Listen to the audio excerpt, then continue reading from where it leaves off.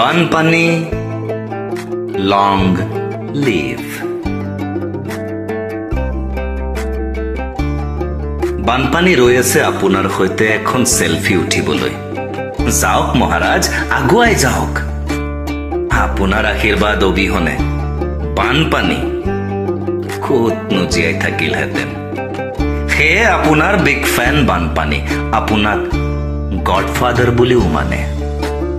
কেমেৰাটোৰ পিনে চাওক মহাৰাজ, হাঁহি দিয়ক, নহলে ফটোখন বেয়া হৈ যাব পাৰে।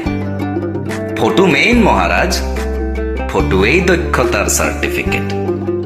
প্ৰজাও ফটোতেই সুখী।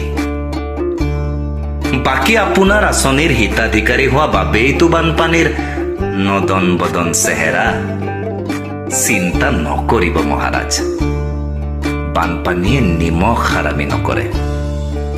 বানপানীয়ে হাজাৰ ঘৰ উটুৱাই নিব পাৰে। কিনো ডাঙৰ কথা, আপোনাক কিন্তু এটা নতুন এপাৰ্টমেণ্ট উপহাৰ দিবই দিব। স্কুললৈ যোৱা বাটবোৰ খহি যাব পাৰে, সেইটোতো ইমান ডাঙৰ কথা নহয়। আপোনালৈ কিন্তু এখন বিলাসী বাহন পঠিয়াবই পঠিয়াব।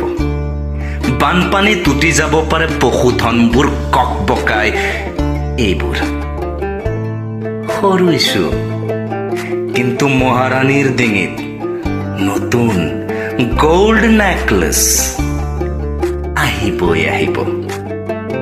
চিন্তা নকৰিব মহাৰাজ, বানপানী নিমখ হাৰাম নহয়।